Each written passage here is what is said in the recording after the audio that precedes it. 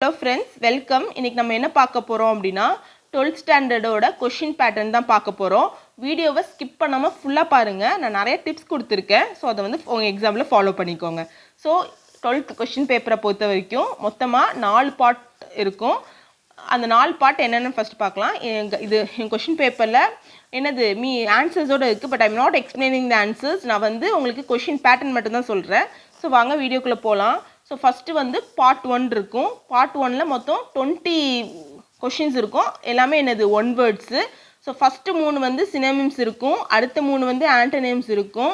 அடுத்து மீதி வர வர என்ன இருக்கும், எல்லாமே கிராமர் இருக்கும். கிராமர்னால் என்னென்ன நெக்ஸ்ட்மாக மேலோட்டமாக சொல்கிறேன். என்னென்ன கிராமர்ஸ் இருக்கும் அப்படின்னா idioms, homophones, prepositions, syllabification, British and American English, blended words, sentence pattern, இந்த மாதிரி எல்லாமே என்ன கொடுத்துருப்பாங்க, கொஷின் டேக், இந்த மாதிரி எல்லாமே வந்து 20 மார்க்கில் 20 கொஷின்ஸ் வந்து கொடுத்துருப்பாங்க.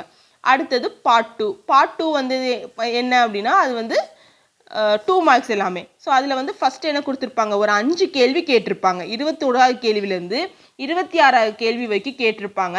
அது எதை பற்றி கேட்டிருப்பாங்க அப்படின்னா போயட்ரிக் லைன்ஸ் இருக்கும். அதில் நீங்கள் ஏதாவது 4 எழுதணும். போயட்ரிக் லைன்ஸ் 2 வரி கொடுத்து கீழே 2 கொஷின் கேட்டிருப்பாங்க.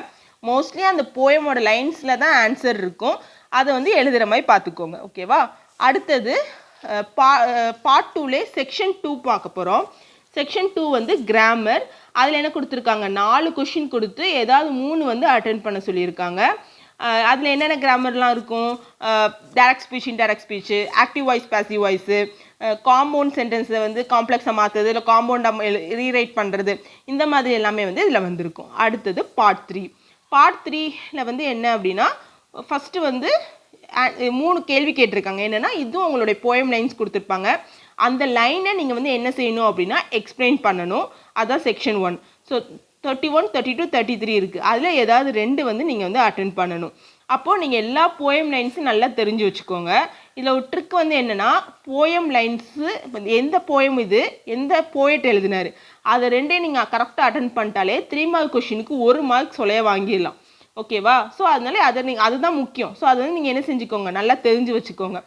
ஒரு வேளை நான் இந்த கொஷினுக்கு எனக்கு வந்து தெரியல, ஆனால் எந்த கொஷின் எனக்கு தெரியுது, அதாவது எந்த போயம் தெரியுது, ஆனால் எனக்கு அதுக்கு எழுத தெரிலனா நீங்கள் அந்த போயமில் உள்ள பேராகிராஃப் படிச்சிருந்தீங்கன்னா அந்த பேராகிராஃப்லேருந்து ஒரு 3 லைன்ஸ் 4 லைன்ஸ் வந்து அட்டென்ட் பண்ணி வைங்க, ஓகேவா. ஒரு லைனில் இங்கே இது சும்மா கைடில் எக்ஸாம்பிளுக்கு வந்து ஒரு லைனுக்கு கொடுத்துருக்காங்க. இந்த ஒரு லைன் எழுதக்கூடாது.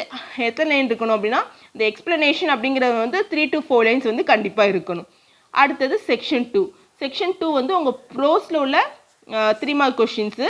அதுவும் என்ன அப்படின்னா 3 கேட்டு 2 எழுத சொல்லியிருக்காங்க. இதுக்கும் அதே ட்ரிக் தான். எனக்கு எந்த கொஷின் தெரியுது, ஆனால் அதுக்கு எந்த ப்ரோஸ்ன்னு தெரியுது, ஆனால் எனக்கு அதுக்கு எக்ஸாக்டான ஆன்சர் தெரியலனா நீங்கள் படிச்சிருக்க ப்ரோஸில் இருந்து எனி த்ரீ லைன்ஸ் வந்து என்ன பண்ணுங்கள், அட்டென்ட் பண்ணுங்கள். படிச்சிருக்க ப்ரோஸ்லேருந்து எனி 3 லைன்ஸ். அதாவது எல்லாத்துக்குமே நீங்கள் இதை அட்டென்ட் பண்ணால் ஃபுல் 3 மார்க்ஸ் கொடுப்பாங்க கிடையாது. பட் ஓகே, நீங்கள் அட்டென்ட் பண்ணியிருக்கீங்கன்னு உங்களுக்கு கிரேஸ் மார்க் வந்து வரும், ஓகேவா. அடுத்தது அதிலே செக்ஷன் 3. ஸோ அகெயின் வந்து என்ன வருதுன்னா கிராமரு, இல்லை நீங்கள் ஓனாக எழுதுகிற மாதிரி சில விஷயங்கள் வந்து கேட்டிருப்பாங்க. என்ன கேட்டிருக்காங்க, ப்ராபப்ஸ் கேட்டிருக்காங்க, ரீஅரேஞ்ச் த சென்டென்ஸ் கேட்டிருக்காங்க. அது போக describe the process, mango juice எப்படி போடுவீங்க, வேர்புன்னு படம் கொடுத்து 3 கொஷின்ஸ் வந்து கேட்டிருக்காங்க. சில இதில் படம் கொடுக்காம சும்மா அந்த படத்தை மட்டும் என்ன சொல்லணும், எக்ஸ்பிளைன் பண்ணுங்கள் அப்படின்னு சொல்லி கொடுப்பாங்க. ஸோ அப்படி இருக்கிற பட்சத்தில் நீங்கள் வந்து என்ன செய்யணும், அப்படியே எக்ஸ்பிளைன் பண்ணுற மாதிரி இருக்கும். ஸோ ஓனாக என்னென்ன எழுத முடியுமோ அதெல்லாம் பார்த்து ஓனாக எழுதி மார்க்ஸ் வாங்கிக்கோங்க. அடுத்தது பார்ட் 4. பார்ட் 4 வந்து என்னென்னா எல்லாமே 5 மார்க்ஸ் தான். ஸோ 5 மார்க்ஸில் ஃபஸ்ட்டு வந்து என்ன அப்படின்னா உங்களுடைய ப்ரோஸோட பேராகிராஃப் கொஷின்ஸ். ஸோ 2 பேராகிராஃப் கேட்டிருப்பாங்க. இது அல்லது அதுன்னு கேட்டிருப்பாங்க. 6 கொடுத்துருக்காங்க. ஸோ உங்களுக்கு இந்த 2ல் எது நல்லா தெரியுமோ அதை வந்து அட்டென்ட் பண்ணிக்கோங்க. அடுத்தது 42வது கேள்வி வந்து போயமில் உள்ள பேராகிராஃப். அதுக்கும் இது அல்லது அது, இது 2ல் எது நல்லா தெரியுமோ அதை அட்டென்ட் பண்ணுங்கள். அடுத்தது 43வது பேராகிராஃப். 43 வந்து என்னென்னா உங்களோட சப்ளிமெண்ட்ரியில் உள்ள பேராகிராஃபு. அதுக்கும் 2 இது கேட்டிருக்காங்க, இது அல்லது அது. இப்போ உங்களுக்கு வந்து கேட்டிருக்க 2லேயுமே உங்களுக்கு 43வது கேள்வியில் கேட்டிருக்க 2மே உங்களுக்கு ஆன்சர் தெரியல அப்படின்னா நீங்கள் வந்து என்ன செய்யணும் அப்படின்னா, இது வந்து ஒரு ட்ரிக். ஃபுல் மார்க் கொடுக்க மாட்டாங்க. 1 மார்க்கோ 2 மார்க்கோ தான் 5 மார்க்குக்கு வரும். பட் நீங்கள் அட்டென்ட் பண்ணாமல் இருக்கக்கூடாதுங்காக I am giving you trick, ஓகேவா. நல்லா ஒரு இங்கிலீஷ் தெரிஞ்சவங்க வந்து என்ன பண்ணுங்கள், அந்த டேஷ் கொடுத்துருக்காங்களே அந்த இடத்துல எந்த கிராமர் வேர்டு போட்டால் அந்த சென்டென்ஸ் வந்து ஃபுல்ஃபில் ஆகும்னு பார்த்து இதையே நிரப்பி வைங்க. ஓரளவுக்கு மார்க் கொடுப்பாங்க. ஓகேவா? ஃபுல் மார்க் கொடுக்க மாட்டாங்க, ஏன்னா பேராகிராஃப் குட்டியாக தான் இருக்கும், ஃபுல் மார்க் கொடுக்க மாட்டாங்க. பட் அட்டன் பண்ணதுக்கு கிரேஸ் மார்க் வரும். ஸோ அப்படி அட்டன் பண்ணுங்க. அப்படி இல்லாத பட்சத்தில் நல்லா தெரிஞ்சவங்க என்ன பண்ணணும், அந்த இன்ட்ரடக்ஷனு ஹெட்டிங்லாம் போட்டு நீட்டாக ப்ரெசென்ட் பண்ணுங்கள். ஓகேவா? அடுத்தது 44வது question, rough copy fair copy எழுதுறது, லெட்டரு.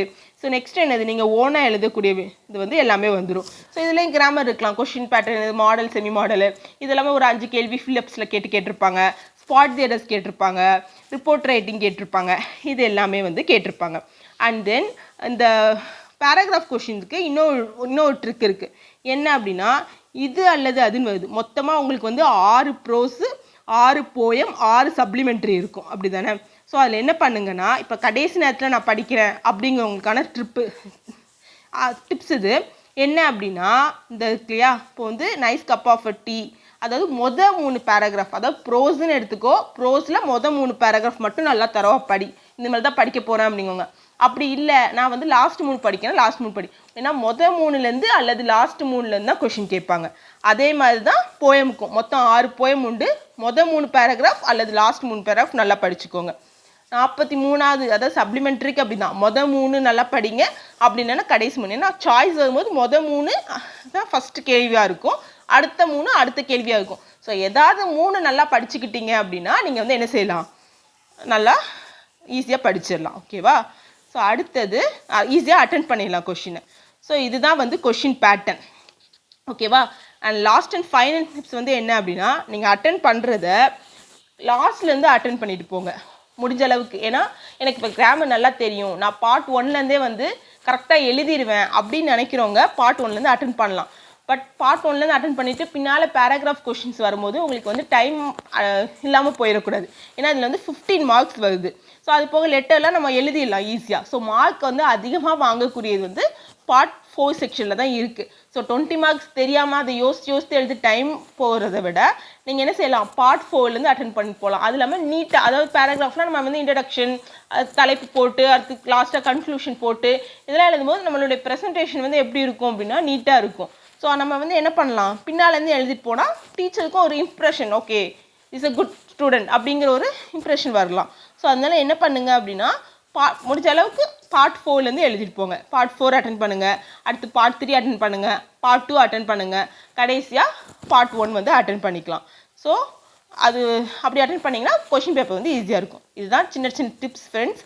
முடிஞ்சால் அதை ஃபாலோ பண்ணிவிட்டு நல்ல மார்க்ஸ் வாங்குங்க. தேங்க்யூ, பாய்.